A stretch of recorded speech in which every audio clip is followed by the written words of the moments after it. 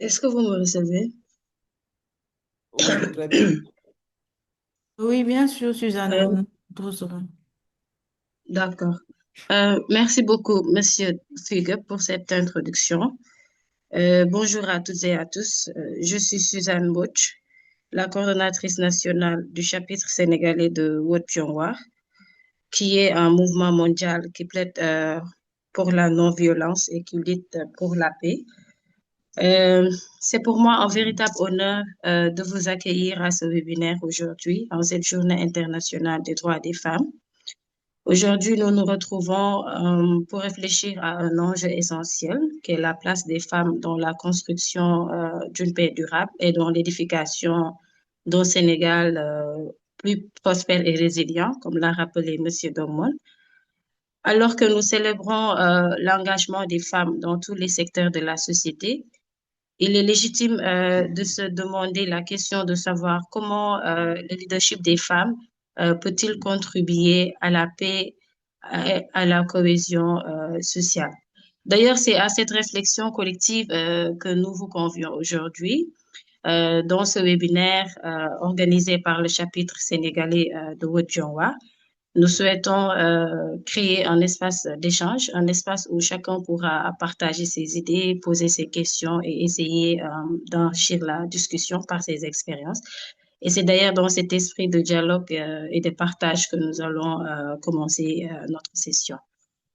Pour nourrir cette réflexion, nous avons le plaisir de compter parmi nous des intervenantes et intervenants de grande expertise qui vont partager avec nous leurs analyses et expériences.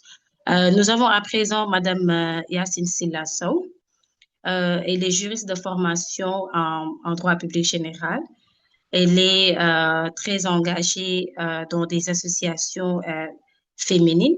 Elle est passionnée par les questions de leadership féminin et de participation citoyenne. J'ai eu à la fréquenter, donc c'est une personne qui s'implique activement dans des projets voilà, qui visent à renforcer la place des femmes dans la vie publique. Bonjour, Madame Yetsao.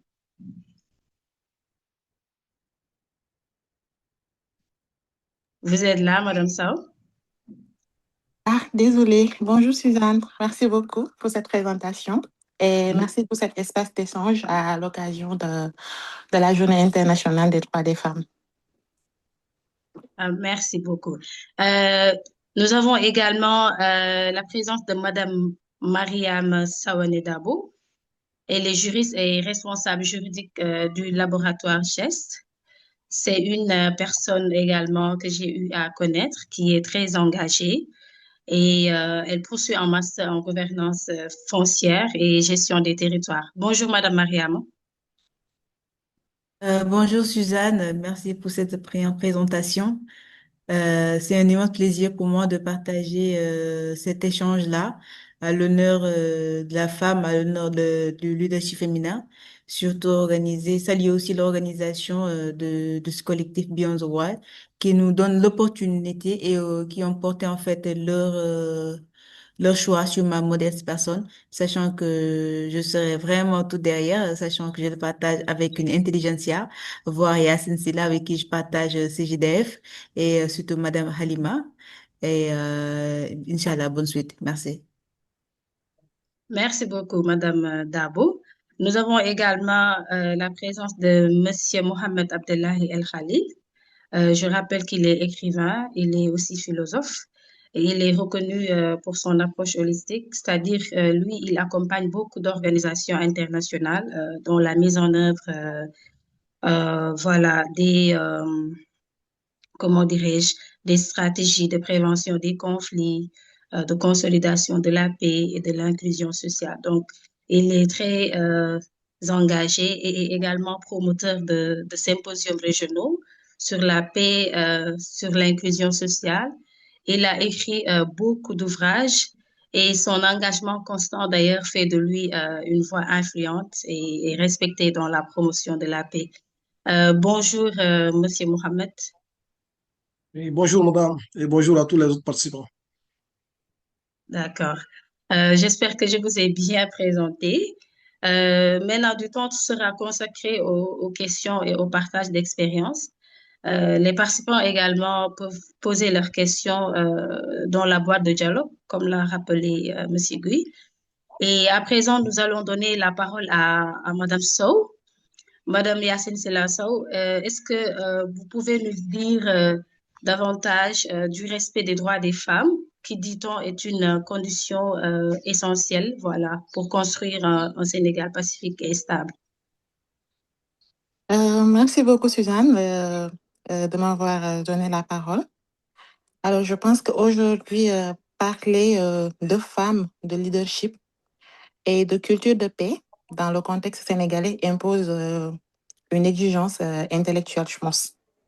C'est d'abord dépasser le symbole même du 8 mars, voilà, pour interroger les fondements même de notre stabilité nationale. Alors, la question n'est pas simplement de savoir si les femmes doivent être protégées ou valorisées. Moi, je pense que la véritable question ici est de savoir si un État peut-il durablement se pacifier lorsque les droits des femmes ne sont pas pleinement respectés, garantis ou institutionnalisés. Nous connaissons tous la phrase qui dit que la paix ne se réduit pas à l'absence de conflits armés. Donc, ce qui revient à dire que c'est un équilibre social, un équilibre qui est politique et économique. Donc, elle suppose un contrat social fondé sur une égalité réelle. Or, nous savons tous que toute inégalité structurelle affaiblit même ce contrat. Alors, lorsque les femmes qui constituent plus de la moitié de la population sont sous-représentées dans les centres de décision, confrontées à des obstacles économiques persistants ou limités symboliquement à la sphère familiale, cette stabilité devient fragile. Pour reprendre les propos de Michel Bachelet qui disait qu'il n'y a pas de démocratie véritable lorsque la moitié de la population est exclue des lieux de décision. À cet effet, nous pouvons dire que, par exemple, le Sénégal peut se prévaloir d'avancées notables. Nous avons la loi sur la parité qui a été votée en 2010 sous la magistère de Maître Abdoulaye Wade. Voilà.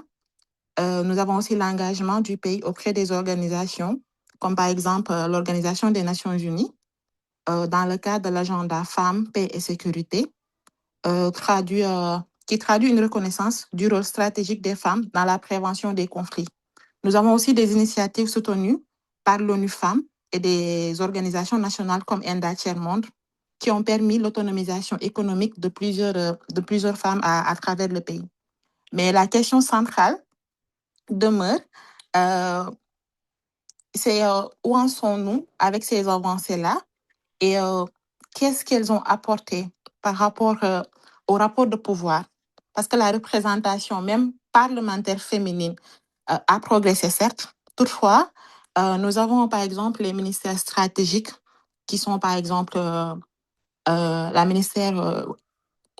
ministère des Finances, excusez-moi, celui de la sécurité ou bien même de l'arbitrage économique qui reste majoritairement masculin. Alors, la stabilité d'un pays, pour moi en tout cas, repose sur la légitimité de ses décisions. Or, cette légitimité exige la représentativité. Alors, exclure durablement les femmes de ces centres névralgiques revient à réduire la diversité des perspectives dans l'élaboration même des politiques publiques. Le respect des droits des femmes est également une question de cohérence institutionnelle. Parce que nous savons tous que l'évolution, par exemple, cette question me tient particulièrement à cœur parce que nous avons vu aujourd'hui que l'intitulé même du ministère, qui est autrefois centré sur la femme, qui a été transformé ou bien formulé d'une manière à prioriser la famille, qui soulève un enjeu symbolique fort. Parce qu'aujourd'hui, on sait tous que nommer, c'est reconnaître. Donc, lorsque la femme disparaît comme sujet politique autonome dans l'architecture, même gouvernementale, le risque est de la réinscrire principalement dans son rôle domestique. Or, les luttes féminines au Sénégal ont toujours porté sur la reconnaissance de la femme comme citoyenne à part entière. Donc, cette dissociation entre le droit proclamé et la culture sociale transmet un modèle hiérarchique du pouvoir qui est fondé sur le genre. Or, la culture de paix se construit dans la famille. Si l'égalité n'est pas expérimentée, par exemple, dès l'enfance, elle peine à s'ancrer dans la citoyenneté. Donc, euh, on est nombreux à constater ou bien à vivre voilà, les violences basées sur le genre, la dépendance économique, euh, les mariages précoces qui ne relèvent pas uniquement du sphère privé, parce qu'on sait tous qu'ils produisent des effets macrosociaux, qui sont par exemple la déscolarisation, la reproduction de la pauvreté, l'affaiblissement même du capital humain. Alors, une société qui tolère ces inégalités crée des vulnérabilités qui sont collectives. À l'inverse, lorsque les droits des femmes sont respectés, les effets stabilisateurs sont tangibles. Parce que nous savons tous que l'autonomisation économique réduit la conflictualité qui est intrafamiliale. L'accès aux ressources renforce la sécurité alimentaire et l'investissement même des femmes dans l'éducation et la santé consolide le capital humain national. À l'exemple, par exemple, de plusieurs localités du pays où les groupements féminins jouent un rôle déterminant dans la médiation des conflits communautaires.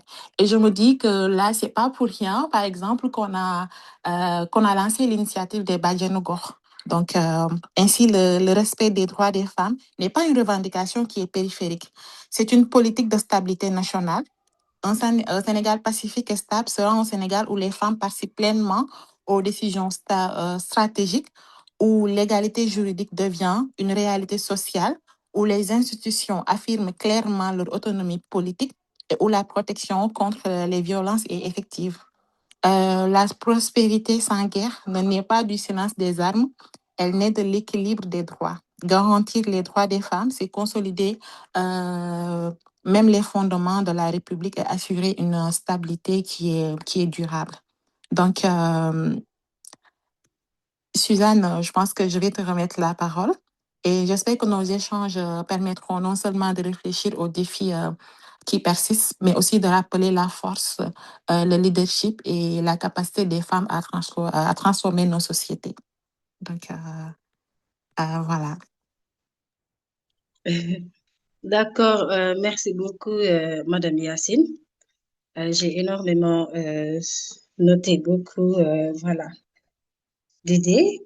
Et merci beaucoup pour ces éclairages qui sont très pertinents. Vous avez notamment parlé de la sous-représentation des femmes, tout en rappelant les avancées importantes qui sont réalisées par le Sénégal, notamment à travers la loi de 2010 sur la parité, euh, à travers aussi les engagements du pays auprès des organisations internationales, ainsi que les initiatives qui sont soutenues par les Nations Unies. Vous avez également évoqué la question essentielle des violences basées sur le genre, qui demeure pour moi un défi majeur pour l'égalité et la dignité des femmes. Et j'ai particulièrement retenu cette idée forte que vous avez exprimée, c'est-à-dire lorsque les droits des femmes, vous pouvez me rectifier si j'ai fait erreur, mais vous avez dit lorsque les droits des femmes sont respectés, les effets stabilisateurs sont tangibles. Donc c'est une phrase qui rappelle avec force que le respect des droits des femmes n'est pas une revendication périphérique, comme vous venez de le dire, mais c'est bien un enjeu central pour la stabilité, pour la justice et le développement de nos sociétés. Et que garantir le droit, c'est contribuer directement à bâtir une société plus équilibrée et plus pacifique. Donc, à ce propos, Madame Sow, j'aimerais vous poser une question de savoir concrètement quelles actions prioritaires devraient être mises en place pour renforcer davantage le respect des droits des femmes ici au Sénégal. Merci. Merci beaucoup, Suzanne. Merci aussi pour la question. Je n'attendais pas moins de toi. Alors, je pense qu'il y a trois priorités majeures si l'on veut réellement renforcer le respect des droits des femmes au Sénégal. La première concerne l'application effective des lois existantes. Donc, le Sénégal dispose déjà d'un cadre juridique qui est relativement avancé en matière de protection des droits des femmes. Nous avons euh, les lois contre les violences. Nous avons aussi la loi sur la parité dont j'ai parlé tout à l'heure dans les institutions électives. Nous avons aussi la reconnaissance de certains droits civils. Pourtant, l'un des défis majeurs reste leur application concrète. Parce que dans de nombreuses situations, les femmes n'ont pas toujours accès à la justice, soit par manque d'information, soit par pression sociale, soit par une insuffisance d'accompagnement institutionnel. Alors, renforcer l'accès aux droits, soutenir les structures d'écoute et former les acteurs judiciaires et administratifs sont donc des étapes indispensables pour que ces droits ne restent pas simplement théoriques. Alors, la deuxième priorité concerne l'autonomisation économique des femmes. C'est un point que je plaide parce que une femme qui a accès à l'éducation, aux ressources économiques et à la propriété, au financement, est une femme qui peut exercer pleinement ses droits. L'expérience montre que lorsque les femmes participent activement à l'économie, elles investissent davantage dans l'éducation, la santé et le bien-être des familles et des communautés.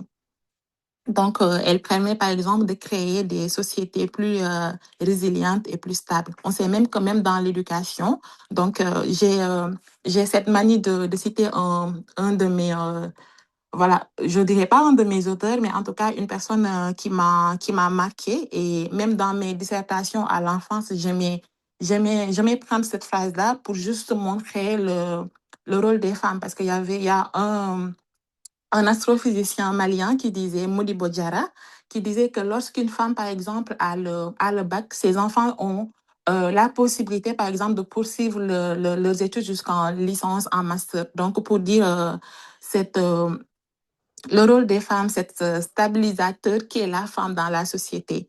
Alors, la troisième priorité est la participation réelle des femmes dans les espaces de décision. Ça, je pense qu'on n'en parlera pas assez. Parce que la paix et la stabilité d'un pays ne peuvent pas être construites, par exemple, quand je l'ai cité tout à l'heure, quand la moitié de sa population, par la moitié de sa population seulement. Parce que nous savons tous que lorsque les femmes participent à la gouvernance, aux institutions publiques et aux collectivités locales, et même au processus de médiation sociale, les décisions prennent davantage en compte les réalités vécues par l'ensemble même de la société. Cette inclusion renforce la légitimité des institutions et contribue à prévenir les tensions sociales. Donc, voilà. Il ne faut pas aussi oublier le rôle de l'éducation, comme je l'ai dit, et du changement des mentalités. Parce que aussi, la construction d'une société plus égalitaire commence très tôt, dans la famille, à l'école, dans les espaces communautaires. C'est promouvoir l'égalité entre les femmes et les hommes. J'aime pas le mot égalité, en tout cas dans la sphère familiale, parce que je dirais plutôt équité, mais voilà, en tout cas, c'est un investissement dans la paix et la stabilité qui est, voilà, c'est cette promotion même de l'égalité entre les femmes et les hommes qui n'est pas seulement une question de justice. Donc, voilà.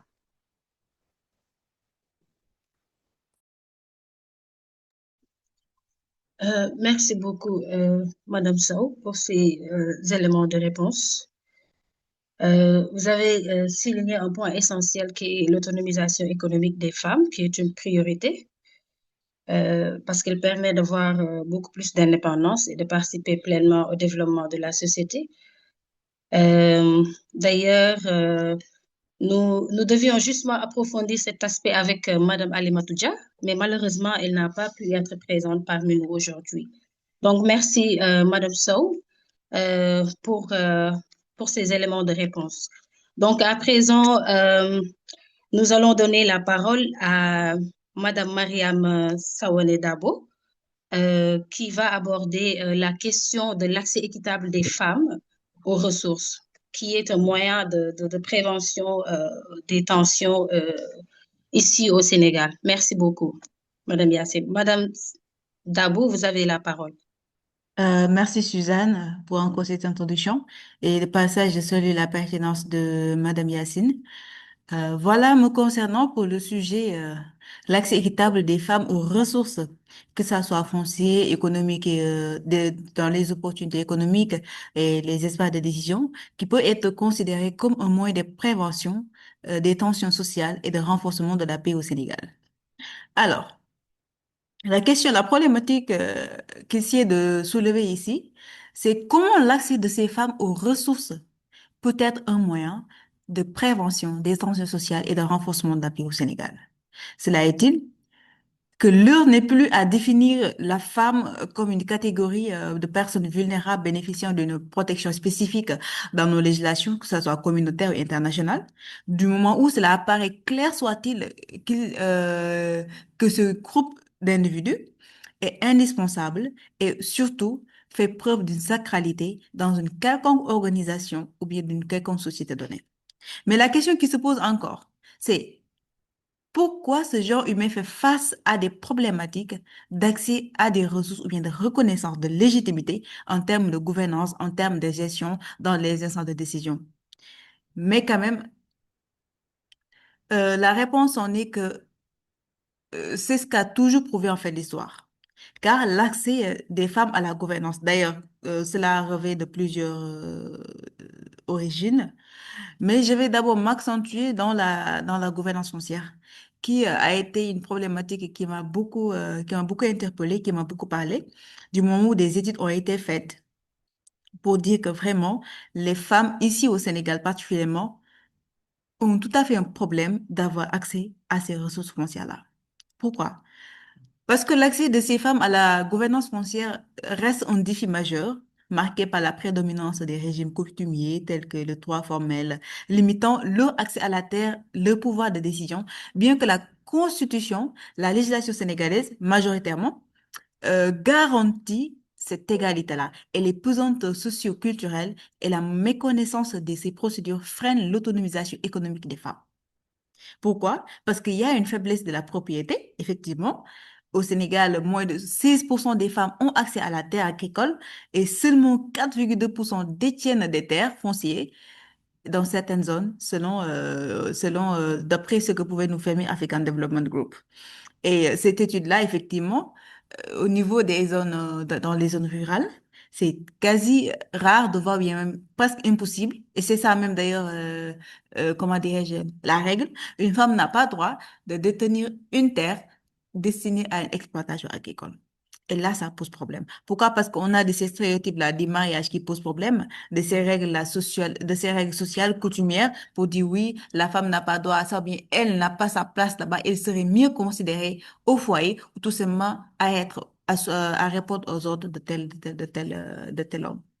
Mais aussi, on a un problème dans les systèmes traditionnels. Les coutumes patriarcales, ça aussi, qui est une vraie guerre actuellement au niveau de la législation du code civil, du code de la famille, autant pour moi, pour dire que, d'après les coutumes patriarcales, restreignent souvent les femmes à un droit d'usage plutôt qu'à la propriété, les rendant plus vulnérables, évidemment, notamment avec le cas, en fait, de divorce ou bien de veuvage.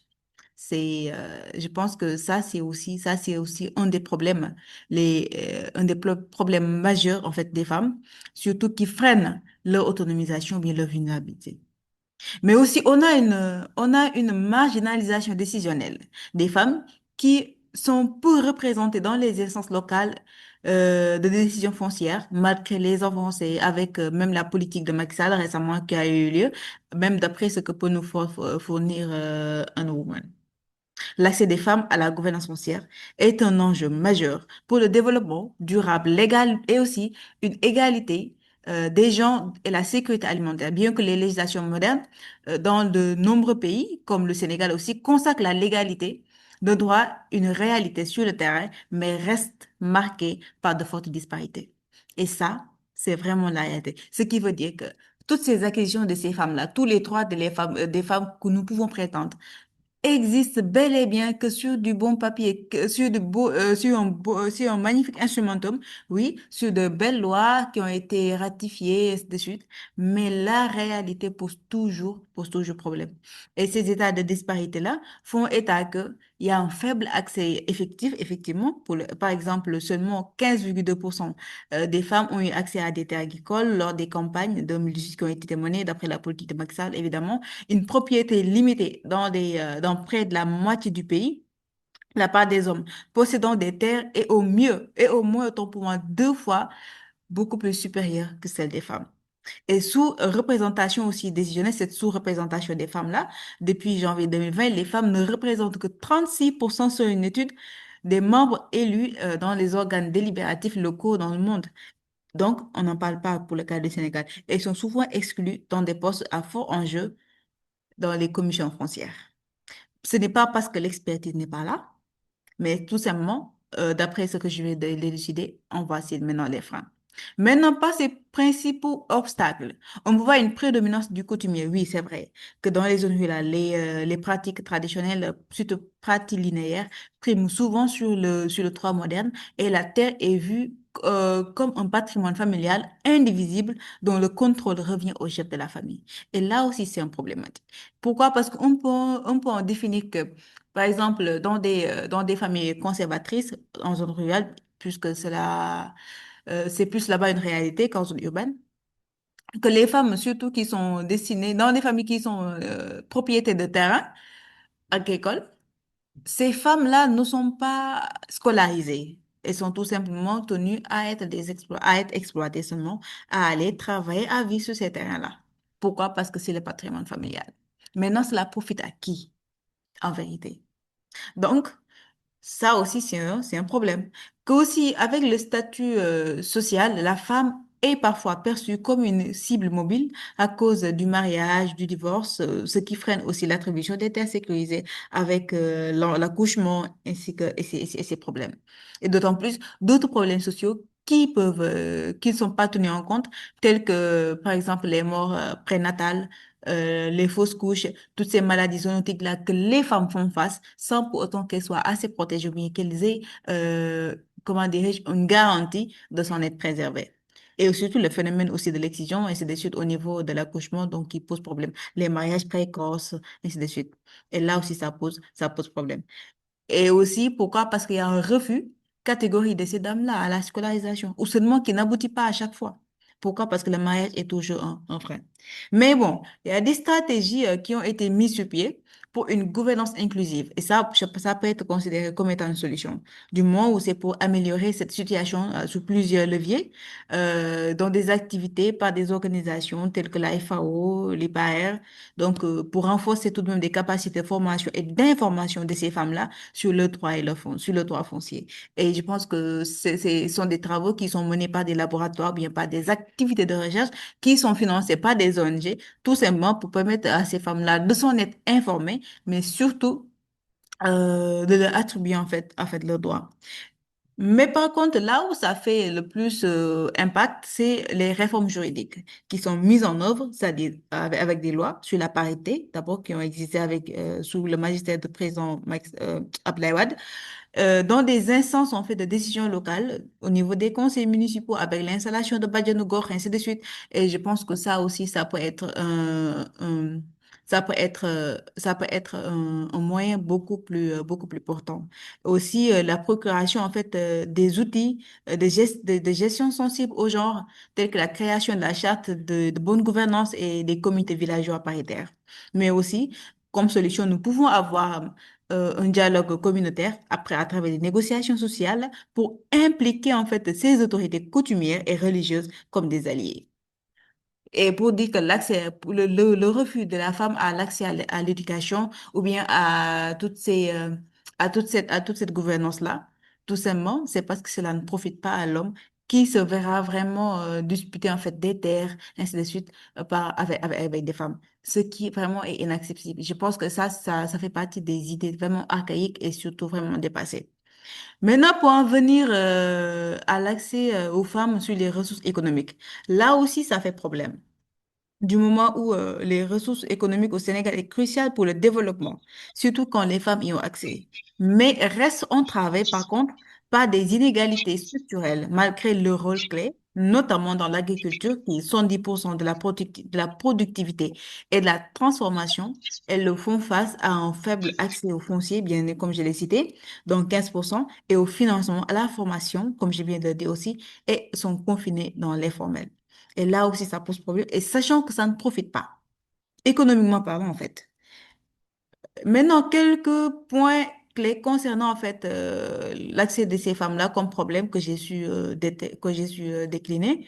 Et comme obstacle majeur, les femmes sénégalaises, particulièrement en milieu rural, le manque de garanties pour obtenir des crédits bancaires et ont un faible taux d'alphabétisation, là aussi, et sont très limitées par des pesanteurs socioculturelles.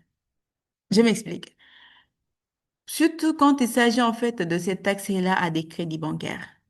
Une femme mariée, par exemple, n'a pas le droit d'aller faire un prêt sans pour autant que son mari en soit au courant.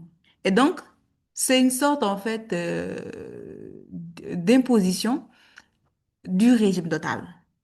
Au niveau du code de la famille, évidemment, que la femme doit donner tous ses biens à son mari, de les administrer. Maintenant, à celui-ci, quand même, de l'administrer, tout simplement dans le cadre de l'intérêt général. Ce que seul le juge a comme définition. Et là aussi, c'est vraiment problématique. Pourquoi? Parce que comment prouver que ce mari-là à qui la femme donne ses biens pour qu'il les administre soit utilisé à bon escient, bien à l'escient, en fait, de l'intérêt général? Et je pense que je laisse ces questions-là à l'assistance pour plus tard les interventions. Mais aussi, on a ce qu'on appelle les manques d'initiative d'autonomisation. Pourquoi? Parce qu'elles sont toujours freinées, la peur, par le peur menacé par le divorce, d'excommunication, donc pour les cas, pour des familles très extrémistes. Mais aussi, il y a ce qu'on appelle les gouvernements et les partenaires qui soutiennent en fait ces femmes-là, GPF, avec des politiques qui ont bien été mises sur pied et aussi la délégation de l'entrepreneuriat rapide des femmes, hein, avec les programmes de DER, de FJ et de FONGIP qui financent des projets, notamment des unités de matériel agricole et de transformation. Et je pense que cela faisait partie aussi du plan Sénégal émergent avec le président Macky Sall qui a été bien initié. Donc, l'inclusion financière via le microcrédit et l'assurance agricole est encouragée pour tout à fait renforcer en fait leur résilience face aux chocs, face aux accidents et aussi face aux maladies. Et il y a aussi ce qu'on appelle les inégalités de l'emploi, par lesquelles les femmes sont majoritaires dans l'économie informelle et subissent une charge de travail domestique importante. Et cela n'a pas été pris en compte par la législation. Ou bien si tel en est le cas, la réalité en demeure tout autre. Pourquoi? Parce qu'on voit, par exemple, surtout les femmes qui se disent les femmes ménagères, à nos jours, on peut voir, par exemple, des femmes qui se soumettent à des entreprises, comment dire, de recrutement, de prestations de services, qui commencent à se formaliser. Et je pense que ça leur profite pour pouvoir non seulement gagner du temps pour elles-mêmes, pour leur santé reproductive, ce qui est plus important, mais tout de même pour avoir du temps pour leur propre famille. Et des efforts soutenus vraiment dans l'éducation et l'allègement des tâches ménagères sont nécessairement pour améliorer durablement la situation là. Et comme autre solution, pour parler en fait de cette cohésion sociale-là et pour renforcer la paix au Sénégal, d'après toutes ces problématiques qu'on vient de décliner, les solutions que j'ai eu à dégainer, cette prévention en fait des tensions sociales au Sénégal repose sur le renforcement en fait du dialogue inclusif, la réduction des inégalités territoriales, une autonomisation des jeunes femmes, des femmes et des jeunes, et les solutions clés incluent la promotion d'une gouvernance transparente, la médiation, une proactive et le renforcement de la justice sociale et l'engagement des médias, surtout l'engagement des médias. Et aujourd'hui, on vit dans un système informel que, par exemple, pour être connecté, ou bien pour être au diapason, pour faire mieux développer son activité, il faut donc avoir accès à la technologie, surtout avec la formule qu'on vient d'inventer, l'intelligence artificielle. Et on a par contre l'appui comment dirais-je, de l'UNESCO, on a l'appui des FAO, de ces ONG-là, surtout qui prônent le dialogue national et local, la bonne gouvernance et la justice sociale. Et c'est ainsi pour renforcer ce dialogue-là et une politique entre l'État et les acteurs politiques, la société civile ainsi que les communautés pour anticiper ces crises-là. Donc pour le cas du Sénégal, que Dieu nous en préserve encore, mais quand même, on a la chance pour ne pas connaître assez de troubles en termes de paix ou bien en termes de cohésion sociale. Donc, tous ces problèmes-là qu'on peut classifier de cohésion sociale ou de troubles, donc ça se lance tout simplement dans le volet politique. Donc, et pour améliorer cela, on peut aussi proposer un accès équitable à la justice et à la transparence de la gestion des ressources, réduire les inégalités dans les zones urbaines et rurales, renforcer aussi la politique la protection sociale, notamment via le programme national de bourse de sécurité familiale, qui n'a pas encore qui n'a pas, comment dirais-je, qui n'a pas encore connu un grand succès ici au Sénégal, mais quand même, c'est bientôt en vigueur. Mais quand même, un point phare, une insertion des jeunes et des femmes pour promouvoir en fait l'entrepreneuriat et l'emploi pour les jeunes et les femmes aussi, intégrer celles-ci dans le processus de décision de consolidation et de la paix. Donc, pour pouvoir aussi se faciliter la tâche, donc on va inviter en fait l'engagement des médias pour la lutte contre la désinformation et je pense qu'ils peuvent nous rendre utiles en renforçant les capacités des médias pour une couverture démocratique et pacifique, pour mettre en place des outils de surveillance pour lutter contre les discours de haine. Et aussi mettre en place des mécanismes serait vraiment bienvenu dans des mécanismes communautaires pour renforcer les capacités des acteurs locaux et des leaders d'opinion pour la gestion en fait non violente des conflits. Et ces mesures visent vraiment à assurer la stabilité, sans nul doute, la paix ainsi que la cohésion sociale, surtout à long terme. Ce qui cause le plus, ce qui nous intéresse vraiment à long terme. Donc, une solution généralisante, je pense que ça serait vraiment le bienvenu. Et ça demande la participation de tout un chacun. Cela engage la responsabilité de tous les citoyens du Sénégal, tout simplement, et surtout de mettre les lanternes dans les zones rurales, là où ça fait beaucoup plus problème. Pourquoi? Parce que c'est en particulier déphasage avec le monde urbain, l'entrepreneuriat fait plus de bruit, surtout avec le côté des femmes, qu'on peut voir même dans les réseaux sociaux, au niveau des plateformes. On peut voir des femmes qui sont tellement indépendantes, autonomes, mais tout de même qui peinent à atteindre en fait le cap niveau. Pourquoi? Parce qu'en fait la chaîne connaît tout de même des pannes et cette chaîne-là, c'est pour donner la main à des femmes qui sont en zone rurale. Et je m'en excuserai d'avoir trop parlé, surtout d'avoir été divergente, d'avoir divagué, mais quand même, je pense que cela répond un tout petit peu aux attentes, à la question qui m'a été soumise, à la problématique que j'ai pu poser et restant tout à fait ouverte aux questions et aux suggestions et critiques par rapport à ce que je viens de prouver. En tout cas, merci Suzanne pour cette invitation. Merci. Merci beaucoup, Madame Mariama, pour cette intervention très pertinente. Merci beaucoup pour ces éclairages. Vous avez attiré notre attention sur l'accès des femmes à la gouvernance et plus particulièrement sur la gouvernance foncière qui, comme vous l'avez dit, est un enjeu majeur pour le développement durable au Sénégal. Vous avez également rappelé que malgré de belles lois ratifiées pour garantir l'égalité de droits, la réalité sur le terrain reste très complexe. Et vraiment, j'ai aimé cette phrase. Parce que les femmes aujourd'hui, elles continuent de faire face à une marginalisation qui est en quelque sorte décisionnelle, surtout dans les zones rurales, vous l'avez mentionné. Et dans ces zones rurales, nous savons tous que qu'il y a la prédominance de la coutume et elles sont souvent cantonnées au foyer. Vous avez également souligné les obstacles tels que les maladies, les mariages précoces, le travail domestique qui n'est pas suffisamment reconnu ni pris en compte par la législation. Et enfin, vous avez mentionné les solutions concrètes comme le DER, comme les Bajonugor, la FAO, le dialogue communautaire qui peuvent en quelque sorte améliorer voilà, l'accès des femmes aux ressources et à la prise de décision. Merci beaucoup, Madame Mariama. Nous allons revenir sans doute vers vous pour les éventuelles questions qui seront posées par les participants.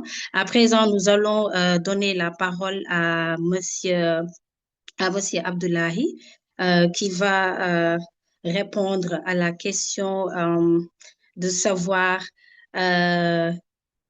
c'est-à-dire, Monsieur Abdoulaye, vous êtes reconnu comme étant une personne qui accompagne plusieurs organisations internationales, comme je l'ai dit, dans la mise en œuvre de leur stratégie. Donc, la question qui vous sera posée sera de savoir hum, quel est votre intérêt pour ce webinaire. Premièrement, quel est votre intérêt pour ce webinaire et quel est le rôle, quel rôle les femmes peuvent-elles jouer pour renforcer la cohésion sociale, pour prévenir les conflits et contribuer à la paix durable au Sénégal et dans la région, c'est-à-dire pour faire face aux tensions sociales et aux risques d'extrémisme, vu que vous êtes trop intéressé sur les questions du Sahel. Voilà votre question. Alors, bonjour à toutes et à tous, et merci d'être présent. Je remercie également World Beyond War pour cette initiative qui est, à mon avis, une initiative qui vient à point nommé. Et donc, je pense que la thématique aussi est très intéressante. Moi, j'appelle toutes les femmes du monde, et également les couches vulnérables, à ne pas observer à ne pas considérer la fête du 8 mars comme étant une fête et de façon folklorique, mais de profiter de ces opportunités en réalité pour présenter des doléances et faire des recommandations à l'endroit des décideurs. Et donc, les questions qui me sont posées, l'une des premières questions, c'est pourquoi suis-je intéressé par ce webinaire? Moi, je pense que c'est l'endroit idéal et approprié vraiment pour pouvoir accompagner les organisations et surtout une initiative de ce genre pour aider nos sœurs, nos mamans, nos filles à pouvoir vraiment accéder à des postes de responsabilité. Et donc, pour répondre à la question, dans le contexte sahélien marqué par les tensions sociales et les risques d'extrémisme violent, quel rôle les femmes peuvent-elles jouer pour renforcer la cohésion sociale et prévenir les conflits au Sénégal et dans la région? Moi, je pense que dans un contexte sahélien où l'érosion de la cohésion sociale et la propagation de l'extrémisme violent constituent des défis existentiels, la question du rôle de la femme dépasse largement la simple quête d'équité. Et elle s'impose comme un levier géostratégique et anthropologique majeur pour la paix et la stabilité, tant au Sénégal que dans l'espace régional du Sahel et dans l'espace régional de l'AES. C'est très important et un élément, euh, je pense que c'est un élément très important par rapport à ça. Également, les lignes que j'ai voulu aborder à travers cette thématique, c'est le premier élément, c'est d'abord les femmes comme vectrices de résilience communautaire et de liens sociaux. On voit qu'au Sénégal, comme dans le Sahel, la femme est traditionnellement la gardienne du bog, comme disent les Wolofs, la famille élargie en Wolof, et la dépositaire des valeurs sociétales, ancestrales et fondamentales de l'éducation.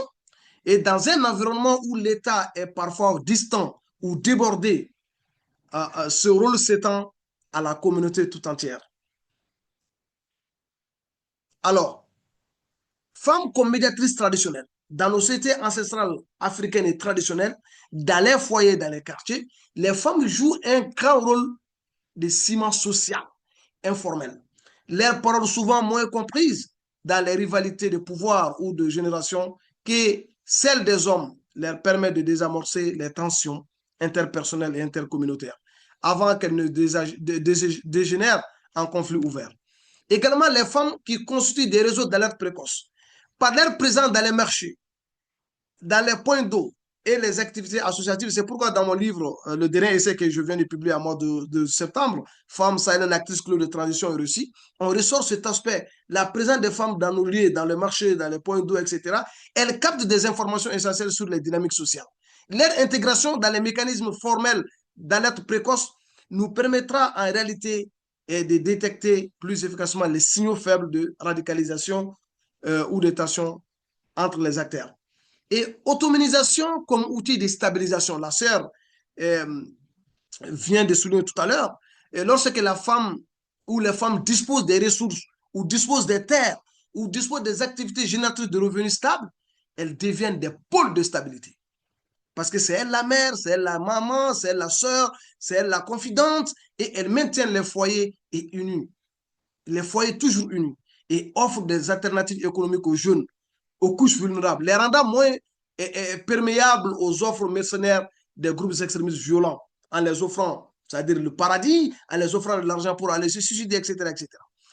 Alors, la résistance à l'insécurité alimentaire. Nous voyons nos mamans qui sont dans les jardins maraîchers, etc., en train de cultiver la tomate, les choux, les pommes, la salade, etc.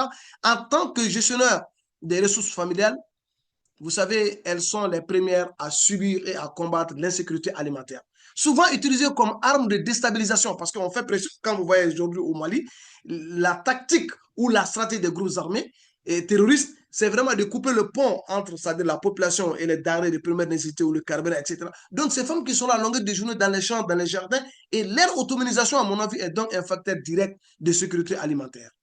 Et les femmes comme actrices de prévention par l'éducation et le contre-discours. C'est pourquoi le symposium que j'organise chaque année, il y a comme on appelle, une activité qui est dénommée activité à l'endroit des moushidates. Les moushidates, ce sont des femmes prédicatrices pour vraiment produire des contre-discours. Et la bataille contre l'extrême violence se gagne aussi dans les esprits et dans les mahadras, c'est-à-dire les écoles coraniques, comme disent au Sénégal, les mahadras et en Mauritanie. Et donc, éducation à la paix. Les mères sont les premières éducatrices en transmettant une culture de tolérance et un islam pacifique profondément ancré dans les valeurs des confréries soufis du Sénégal, du Mali, de la Mauritanie. Elles peuvent contrer dès le plus jeune âge, à l'âge de 7 ans, 6 ans, 10 ans, le discours de la haine ou le discours de haine et les interprétations radicales importées. Également, entend l'influence sur les dynamiques familiales. Face à un jeune qui montre des signes de radicalisation, la mère est souvent la première à pouvoir exercer une influence morale. Des programmes de formation spécifiques pourraient renforcer leur capacité à engager ce dialogue et à signaler les dérives sans pour autant vraiment rompre le lien avec la famille ou rompre le lien familial.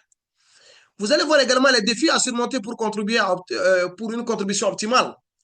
Pour ce rôle soit pleinement efficient, des obstacles structurels doivent être levés. Parmi ces obstacles, il y a d'abord la sous-représentation dans les instances de décision. Quand nous regardons nos pays en transition actuellement, quand nous regardons les CNT, les ministères, etc., les femmes, à mon avis, sont sous-représentées.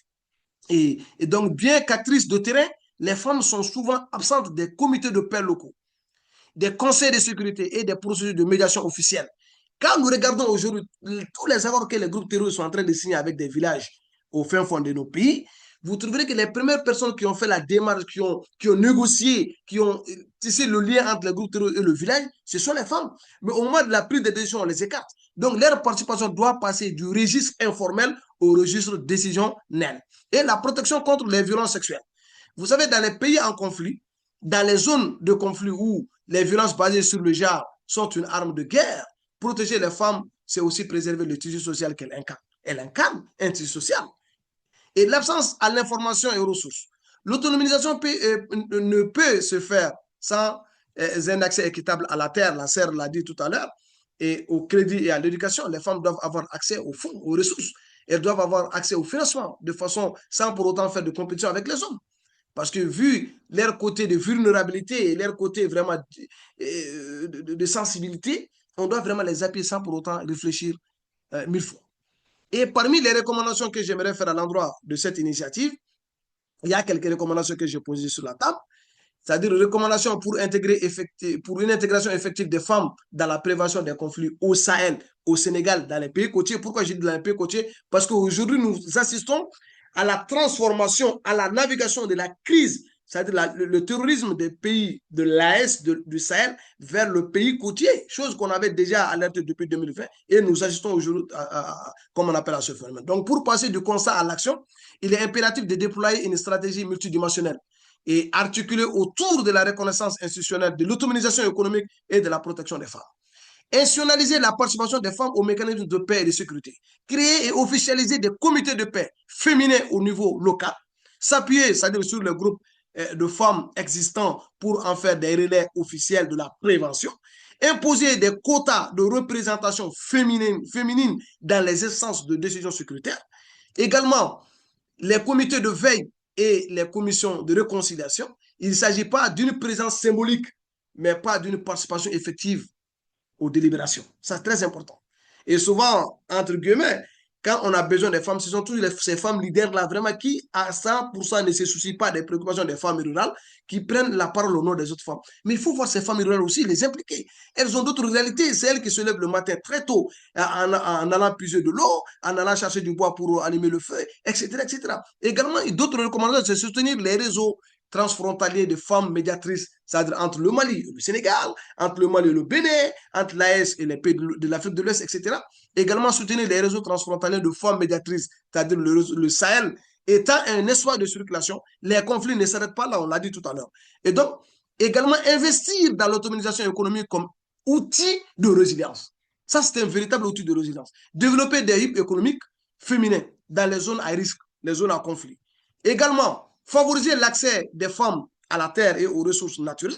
Également, conditionner les aides internationales à l'inclusion systématique du genre. Je sais que c'est dans tous les programmes, quand on regarde tous les grands programmes du monde, on dit faites attention au genre, prenez en compte le genre, mais en réalité, on ne creuse pas jusqu'au fond. Et il faut amener ces femmes-là dans les comités consultatifs de ces programmes. 3 points, on dit renforcer le rôle éducatif et les contre-discours. Former les femmes leaders religieuses et éducatrices. Et on voit que le terrain religieux est dominé par les hommes. Mais nous avons des moushidates ici dans certains pays qui prêchent, qui sont sensibles, qui sont vraiment des femmes qui peuvent causer des dégâts. Donc, ces femmes, il faut tout de suite les former sur les questions du jihad, sur les questions de l'extrême violence, sur les questions du conflit, etc., sur les questions de la médiation, afin qu'elles puissent vraiment prêcher les paroles de la paix et intégrer l'éducation à la paix dans les programmes d'alphabétisation fonctionnels. Également, assurer la protection et la prise en charge. Mettre en place des unités spécialisées et accessibles. C'est-à-dire créer au sein des commissariats, des brigades, des gendarmeries, des cellules d'accueil pour les femmes victimes de violences. On sait que ça existe déjà avec la MINUSMA, il y a le One Stop Center au Mali, mais nous voulons que ces choses-là continuent, qu'ils soient opérationnels et fonctionnels. Soutenir les mécanismes de justice traditionnelle inclusive. C'est-à-dire travailler avec les chefs coutumiers et religieux pour que les arbres à palabres existent toujours et les instances, mais qui intègrent les femmes. Également, investir dans la recherche et les données du genre. Les données genrées. Il faut aller vers ce sens, c'est-à-dire financer des études localisées. Pour être efficace, les politiques doivent se baser sur des données précises. C'est pas nécessaire de dire, bon voilà, à telle école, il faut envoyer 10 personnes, 10 femmes, 5. Non, il faut aller vers la recherche de la réalité. Et en appliquant, je pense bien, ces recommandations, on ne se contente pas de protéger les femmes ou les inclure par principe. On reconnaît leur rôle d'actrice à part entière de la stabilité. On utilise la société sahélienne de ses propres ressources internes pour faire face à la crise. Et pour terminer, je dirais que ce soit au Sénégal ou au Sahel, les femmes ne sont pas des victimes passives du contexte sécuritaire. Elles en sont les gestionnaires silencieuses et les premières lignes de défense sociétale. Renforcer leur leadership, c'est investir dans une approche de sécurité humaine durable, capable de répondre aux fragilités profondes qui alimentent l'extrémisme. Et il ne s'agit pas seulement de les inclure par devoir moral, mais de reconnaître que sans elles, sans ces braves dames-là, qu'ils soient rurales ou dans les zones urbaines, toute stratégie de pacification court le risque de rester superficielle et de négliger les ressorts les plus profonds de la cohésion sociale. Shukran, thanks. Merci beaucoup.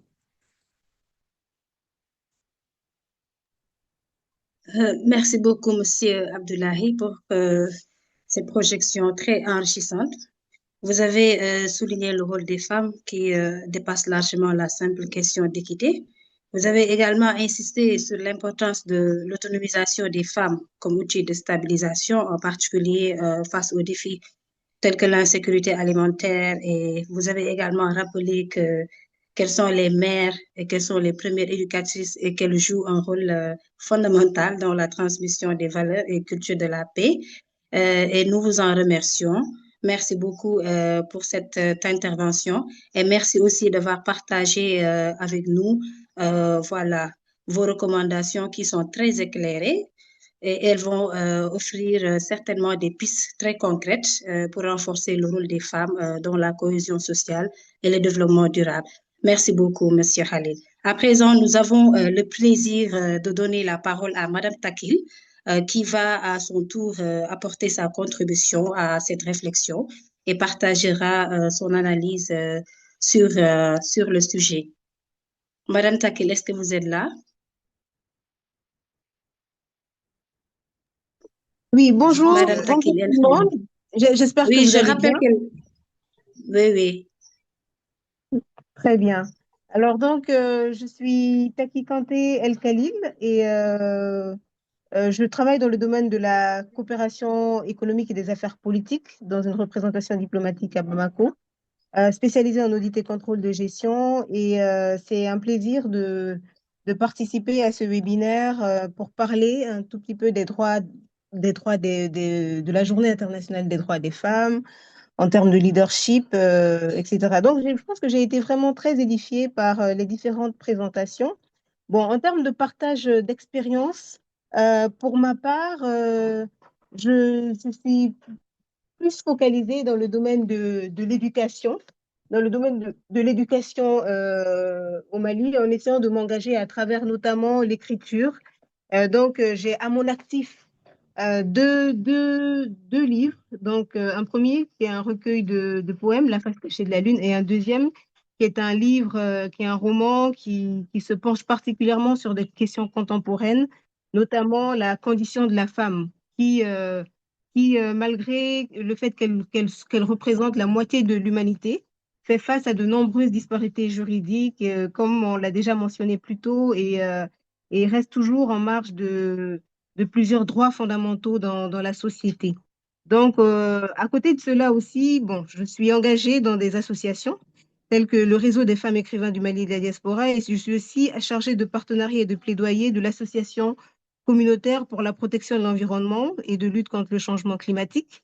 Et voilà, donc à travers la mobilisation d'un réseau de partenaires, je m'assure que nos actions de protection environnementale et de lutte contre le changement climatique servent directement à la consolidation de la paix et le renforcement de la cohésion sociale. Parce que comme on vient de le signaler plus tôt, la femme a vraiment un rôle fondamental, loin d'être un simple maillon. Elle constitue vraiment un pilier fondamental et multifacette de la chaîne de valeur, que ça passe de la production à la commercialisation, l'entrepreneuriat. Elle a vraiment un rôle fondamental et l'un des défis principaux auxquels on fait face, selon moi, en tout cas en Afrique aussi, c'est le défi de l'éducation.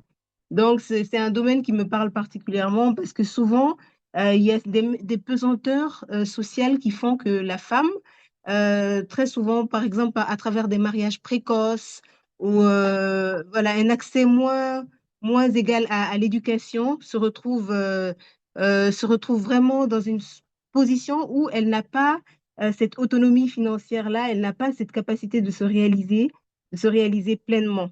Donc, c'est pour ça qu'à travers des initiatives de sensibilisation, donc à travers des panels et à travers des présentations aussi dans des écoles où nous parlons de la condition de la femme, nous essayons de vraiment d'éveiller les consciences et de sensibiliser la population à une meilleure participation féminine. Parce que nous avons plusieurs lois, comme ça a été déjà mentionné plus tôt.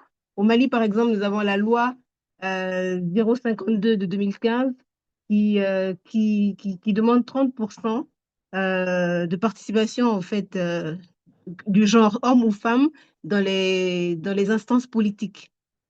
Mais on constate que dans la réalité des faits, c'est vraiment, les textes existent, mais ce n'est pas l'application fait toujours défaut. Donc tout ça, ce sont des leviers sur lesquels on essaye de travailler pour essayer voilà, de sensibiliser davantage, de mieux faire rayonner la position de la femme. Parce que c'est clair que quand on comprend bien la situation, comme disait Thomas Sankara, il n'y a de révolution sociale véritable que lorsque la femme est véritablement libérée.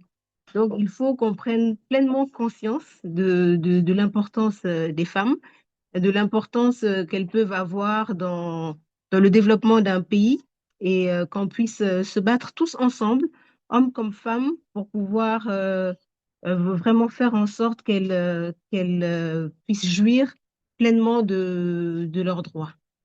Voilà. Donc, je pense qu'en termes de partage d'expérience, je ne vais pas être plus long que ça. C'est un peu ce que j'avais apporté comme contribution.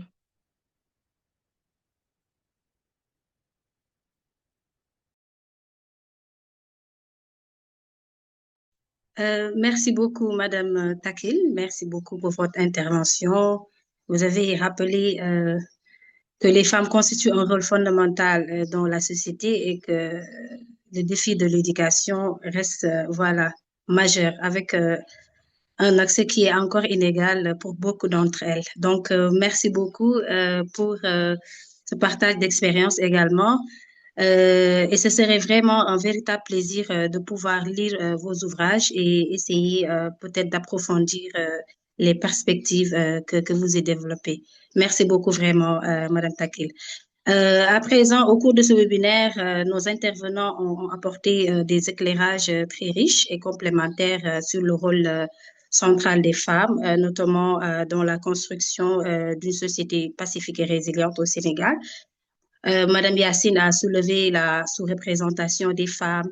Madame Sawane a développé l'accès équitable des femmes aux ressources.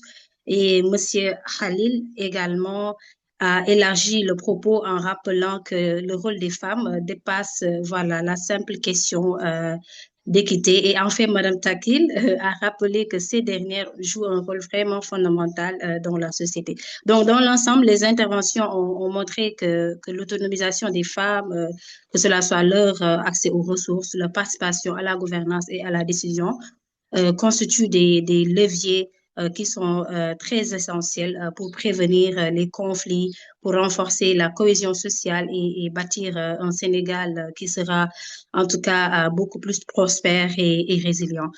Donc, à présent, nous vous donnons la parole et nous passons à la phase questions, réactions et échanges. Donc, vous pouvez écrire vos questions dans le chat ou si vous souhaitez intervenir à l'oral, vous pouvez cliquer le bouton lever la main. C'est le bouton qui se situe en bas de votre écran dans la barre d'outils Zoom. Donc, vous pouvez également vous adresser directement à l'un de nos intervenants ou intervenantes. Et nous sommes très impatients de vous écouter et vous remercions vraiment pour votre participation. Donc, je vais à présent redonner la parole à notre directeur, Monsieur Guy Fegap. Merci beaucoup. Bien, merci Suzanne et merci également à tous les intervenants pour les riches présentations qui ont été faites jusqu'à présent. C'est très enrichissant et je pense que nous devons souvent les avoir plus souvent pour avoir ce type d'échange. Donc, je vais, comme on dit, si quelqu'un souhaite prendre la parole, comme pour commenter ou pour poser une question. Donc, nous avons encore environ 20 minutes en ligne. Donc, je peux également regarder s'il y a des questions dans la boîte de dialogue en même temps.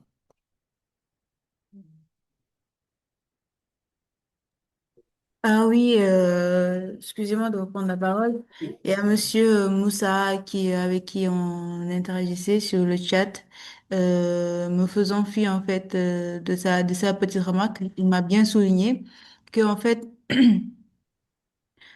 pas sa participation dans, mais quand même, pour dire, en matière de gouvernance foncière, les difficultés observées sont souvent liées à des clivages socio-professionnels et à des réalités culturelles, évidemment, et l'exploitation du sol demeure historiquement dominée par les hommes, ce qui est vrai, et ce qui influence aussi la répartition des responsabilités et des opportunités dans le secteur agricole. Certes, de nombreuses femmes gèrent les exploitations familiales, évidemment, ou sont investies dans l'agriculture, mais surtout, se dirige dans la transformation agricole. Ouais, donc ce qui fait que en fait les hommes sont plus orientés à aller accueillir beaucoup plus de terres dans l'exploitation agricole et les femmes dans la transformation agricole. Et cela parfois fait amalgame. Du moment où les gens ne mettent pas les clichés là où il faut pour porter en fait l'intérêt de ces deux genres-là. Si la femme est intéressée par la transformation agricole, donc là le problème ne se pose pas. On ne va pas dire que les femmes ne veulent pas avoir et ne veulent pas être titulaires en fait des titres fonciers hein, pour des terres destinées à l'exploitation agricole, mais quand même elles sont intéressées dans la transformation agricole. Donc là, le problème ne se pose pas, mais juste il est intéressant tout de même de faire cette précision-là. Et il m'a encore dit effectivement que vous avez compris ce que beaucoup de gouvernements peinent encore à réaliser. Et merci quand même, Monsieur Moussa, pour cette suggestion que vous venez de faire. Mais quand même, pour dire que là aussi, c'est une confusion, comme je l'ai dit, que beaucoup de gens font. Donc, si les femmes sont beaucoup plus intéressées dans l'entrepreneuriat et la transformation agricole, donc là, ça ne pose pas de problème. Mais le fait qu'elles soient obligées d'y rester tout de même sans avoir d'opportunité ou bien le libre choix d'aller avoir accès donc à ces terres agricoles au même titre que les hommes. Donc, c'est ce que je voulais te mentionner. Merci beaucoup. Ok, merci beaucoup, Mariam, pour ces éclairages. Et également, merci beaucoup à M. Bala Moussa pour les précisions et les commentaires. Donc, Madame la sénatrice, Madame Kabissa voudrait savoir si on peut partager la présentation de M. Abdoulaye à la fin. On pourra la partager, je crois, en envoyant l'enregistrement. Toutes les personnes qui ont été inscrites pour la réunion. Cela permettra d'avoir davantage. Donc, si les autres intervenantes ont aussi d'autres Monsieur Guy, questions. Oui, il faut dire que c'est une production intellectuelle, donc c'est un sujet oui, de consultation en fait. oui. Je vous posais la question. Si on peut partager en même temps qu'on partage l'enregistrement. Aucun souci, Donc, aucun souci, aucun souci. ah, C'est fait d'accord. pour tout le monde, il n'y a aucun problème. OK, merci. Merci. Donc, la parole reste ouverte à tous les autres intervenants qui souhaitent prendre la parole. J'allais dire aux autres participants, et si les intervenants souhaitent apporter d'autres éclairages, nous avons encore quelques minutes, on peut le faire.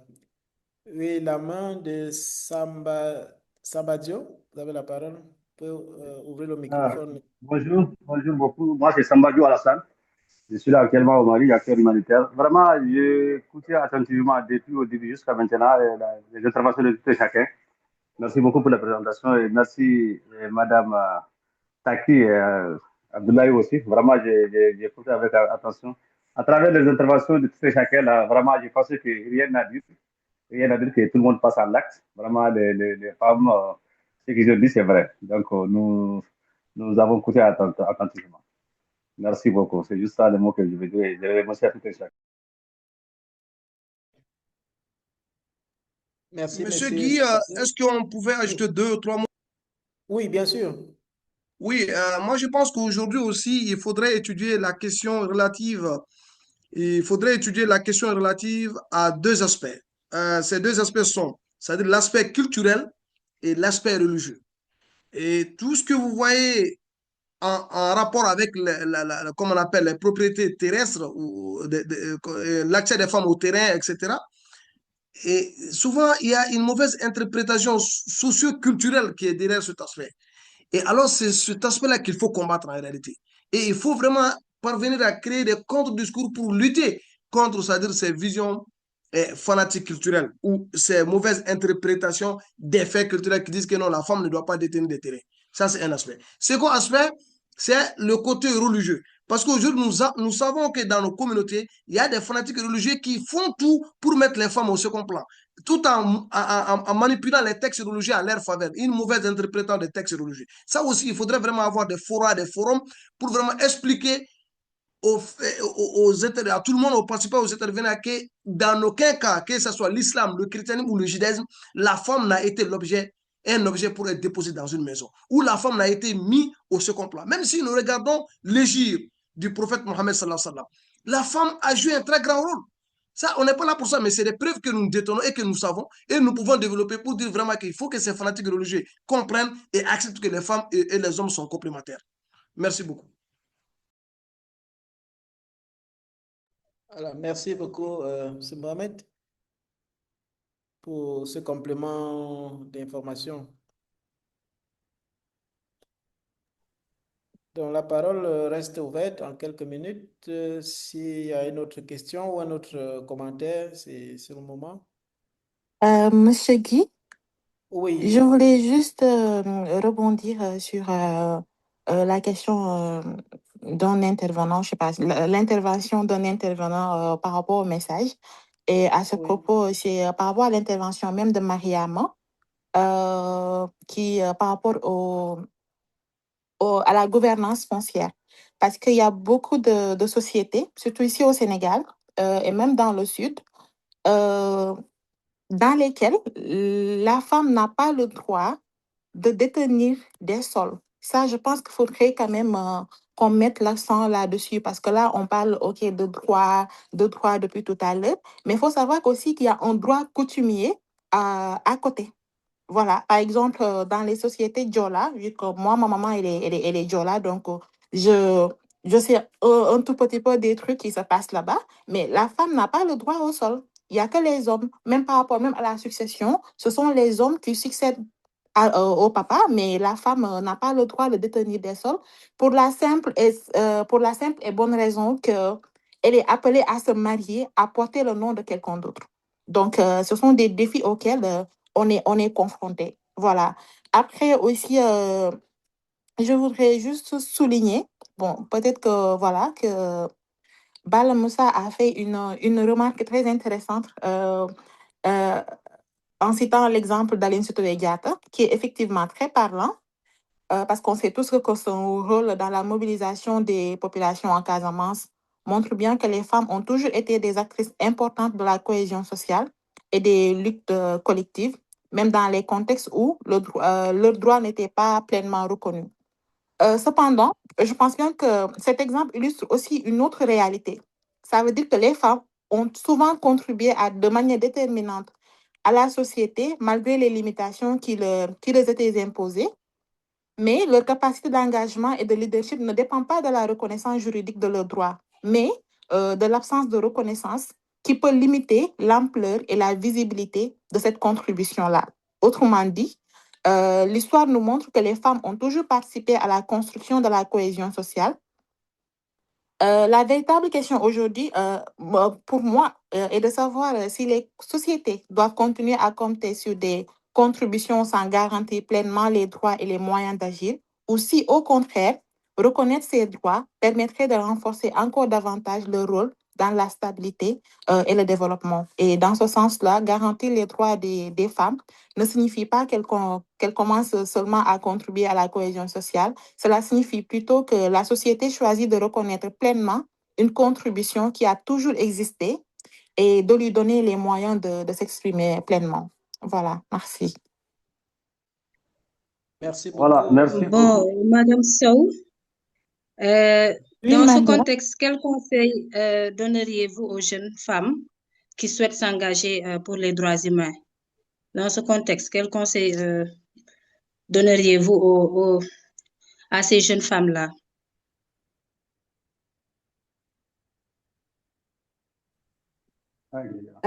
D'accord, Suzanne, merci beaucoup.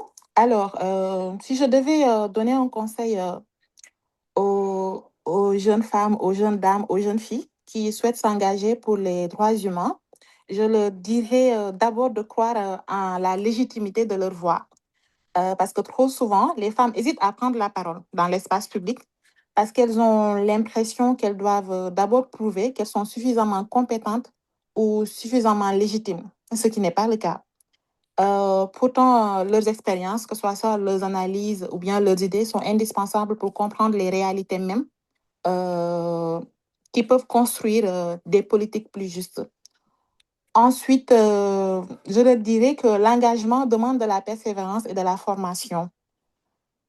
Défendre les droits humains nécessite de comprendre d'abord les mécanismes juridiques, les dynamiques sociales et les institutions. Se former, lire, dialoguer, participer à des initiatives associatives ou communautaires permet de transformer une volonté d'agir ou un engagement solide et crédible. Je pourrais leur dire également de ne pas avoir peur de l'étiquette que la société peut parfois attribuer, notamment celle de féministe.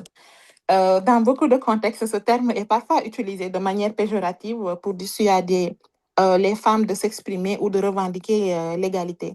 Et on sait tous que défendre les droits des femmes, c'est simplement défendre un principe qui est fondamental, celui de l'égalité et de la dignité. Et il ne faut pas laisser ces étiquettes freiner l'engagement ou faire douter de la légitimité d'une cause qui est juste. Enfin, je leur dirais de ne jamais penser qu'elles doivent agir seules, parce que les transformations sociales sont toujours le fruit d'efforts collectifs et les solidarités entre femmes, mais aussi les alliances avec les hommes. Il ne faut pas aussi qu'on les exclue de cette sphère-là. Donc, convaincue de l'importance de l'égalité, ceci est essentiel pour faire évoluer les mentalités et construire des sociétés qui sont plus justes. Donc, s'engager pour les droits humains, c'est participer à la construction d'un avenir plus équitable et chaque jeune femme qui ose prendre la parole pour agir dans sa communauté contribue déjà à cette transformation. Donc voilà, Madame Sylvane, j'espère que j'ai été voilà, compréhensive dans cette question-là que vous m'avez posée, que ma réponse quand même vous a satisfaite. Merci beaucoup, Madame Sow. Monsieur Guy, Oui, je pense qu'on a une question dans le chat, oui. Oui, vous pouvez la lire. Il pose la question de savoir le régime foncier dans nos pays, dans vos pays, c'est-à-dire ici au Sénégal, parce qu'il dit qu'au Togo, la terre n'appartient pas à l'État, d'où la difficulté d'avoir la mainmise totale sur la terre. Madame Mariamon, si vous avez des éléments de réponse, vous pouvez nous les faire parvenir. Merci.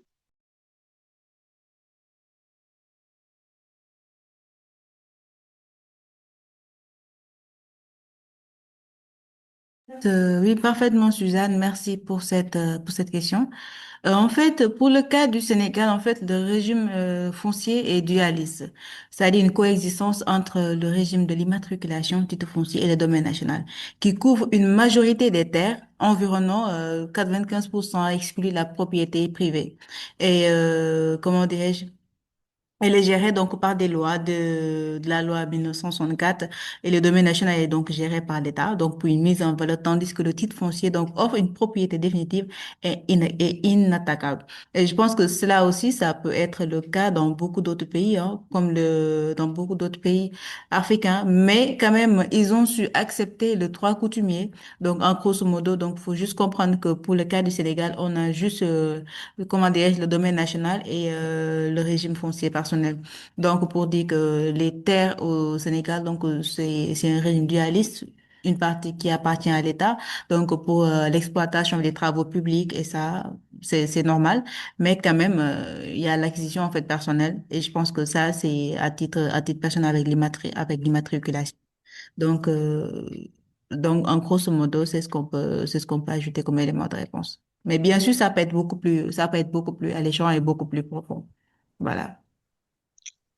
D'accord, merci beaucoup, Madame Mariam. Mhm. Nous avons une main levée de M. Bala Moussa. Oui, bonjour. Ah oui, bonjour, Monsieur Balamoussa. Voilà, c'est déjà un honneur hein, parce que ce genre d'échange, c'est se mettre sur son salon et pouvoir avoir l'opportunité d'échanger, de confronter les idées, mais apprendre gratuitement. Donc déjà, saluer cette initiative et surtout féliciter la qualité des interventions qui ont été faites. On a beaucoup appris, machallah. Donc c'était juste pour rebondir de manière très laconique sur la gouvernance foncière. C'est-à-dire que, à mon avis, c'est relatif, en fait. C'est lié au contexte. Le contexte qui prévaut au Togo peut ne pas prévaloir au Sénégal, ne prévaut même pas au Sénégal, au fait, il faut le dire. C'est-à-dire qu'ici, ce que je voulais marteler déjà sur les commentaires, c'est que on n'a pas de problème tellement sur le plan juridique. Sur le plan juridique, c'est clair, c'est défini. C'est un égal accès, que ce soit homme ou femme. Tout le monde a accès aux terres. C'est le domaine national, comme l'a si bien expliqué la précédente intervenante. Il y a aussi d'autres régimes, c'est-à-dire on peut disposer du domaine national à travers des délibérations, des bails qui font que, qui font que on peut en disposer sur une certaine durée. Maintenant, il y a certains clivages culturels qui existent. On sait que dans certaines communautés, effectivement, les dames ne pouvaient pas hériter de la terre, mais ce qui prévaut au Sénégal, ce qui s'applique sur l'ensemble du territoire sénégalais, c'est le droit. Donc, à mon avis, sur le plan juridique, c'est déjà calé. Maintenant, sur le plan politique, effectivement, quelqu'un a parlé du PSE. On peut citer ce programme comme référence. Il y avait dans le cadre du PSE ce qu'on appelle le programme d'accélération de cadence de l'agriculture au Sénégal. Et dans ce programme, il y avait des projets comme le PDIDAS, projet de développement inclusif durable de l'agribusiness au Sénégal. Mais dans ces projets, c'était carrément une discrimination positive à l'égard des dames. Ces projets finançaient un peu plus les exploitations agricoles gérées par des dames. Ces projets participaient aux délibérations et aidaient les municipalités effectivement à délibérer, surtout en faveur des femmes. C'était très encouragé. Mais ce qui a été noté à la fin du projet, par exemple, parce que ça a été financé par la Banque mondiale, l'État du Sénégal en partie, on note que malgré ces efforts, que ce soit les incitations ou encore le cadre juridique déjà défini qui donne une égalité d'accès aux terres, mais il y avait moins de femmes qui demandent l'accès aux terres, qui exploitent la terre, que des hommes. Parce que c'est une question d'intérêt, si je puis le résumer ainsi. Les femmes, on les retrouve encore un peu plus, comme j'ai eu à le dire, dans la transformation ou dans d'autres domaines. Elles s'investissent dans le domaine agricole, mais par nature, au Sénégal, ce qu'on remarque, effectivement, c'est que c'est les hommes qui travaillent la terre. C'est les hommes qui s'intéressent un peu plus à la terre. Donc, effectivement, sur le plan même culturel, si on occulte le droit, sur le plan culturel, mais celui qui exploite la terre est appelé à posséder la terre, ce qui fait que dans les familles, dans de nombreuses communautés, la transmission qui se fait, parce qu'effectivement, dans le domaine national, il y a un transfert de propriété qui se fait, même si ce n'est pas une propriété exclusive et intemporelle. Il faudra entrer dans d'autres régimes pour pouvoir disposer éternellement. Mais dans ces processus-là, ce sont aux hommes que sont transmis ces terres. Mais dire, et c'est sur ça que je vais terminer, que sur le plan juridique, en tout cas pour le contexte sénégalais, c'est égal accès. Dans la politique, c'est plus même c'est du favoritisme, une discrimination positive à l'égard des femmes qui est opérée, et même sur le plan économique. Donc, c'était ça que je voulais dire, que peut-être, oui, ça diffère selon les contextes, mais en tout cas, pour ce qui concerne le Sénégal.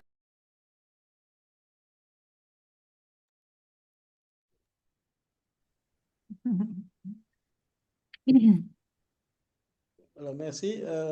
Mariam, vous voulez réagir?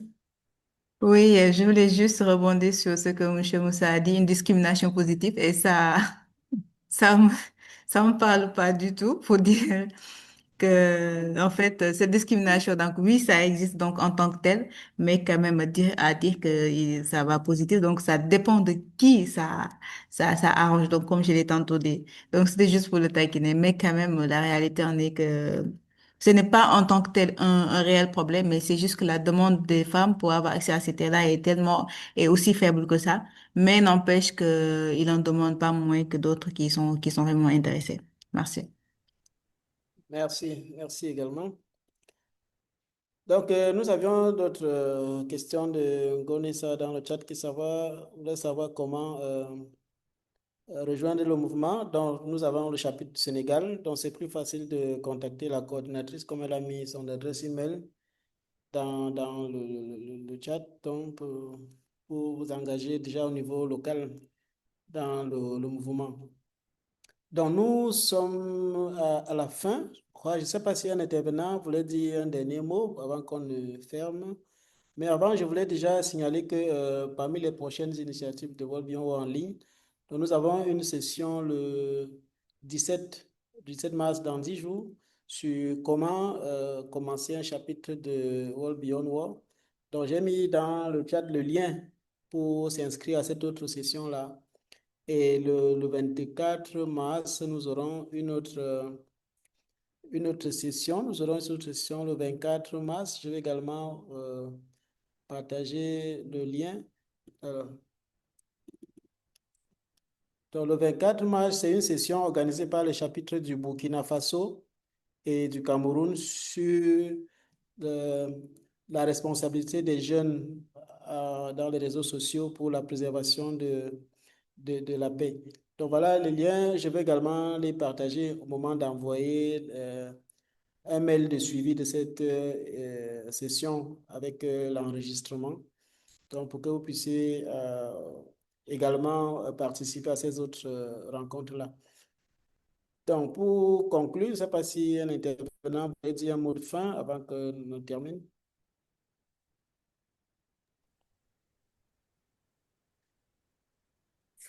Yacine a ouvert le micro. Juste pour vous remercier, vous et Suzanne, voilà, pour cet échange, et remercier également toutes celles ou ceux qui ont suivi et qui continuent chacun à leur manière à faire vivre ce combat pour l'égalité. Et voilà, donc je remercie aussi Maria voilà, que je connais personnellement, vu que on est dans la même université. C'est un peu ma petite sœur. Et voilà, donc je dirais juste que nous devons continuer donc à porter ces voix, à créer des espaces de dialogue et à agir pour un avenir plus juste et plus égalitaire. Donc, merci beaucoup pour cet espace et voilà, à d'autres rendez-vous, Inch'Allah. Merci beaucoup. Merci beaucoup, Madame Yacine Silasso. Nous prenons votre mot comme un mot de fin, euh, très bien conclu. Donc, on va vraiment remercier Suzanne pour cette initiative hein, et tout le travail qui est abattu au niveau du Sénégal pour la construction du mouvement d'un monde sans guerre et d'un Sénégal véritablement prospère. Donc, je vous remercie et à bientôt avec l'enregistrement de cette réunion et d'autres informations pour nos activités. Bonne soirée à tout le monde. Au revoir. Voilà. Au revoir. Merci.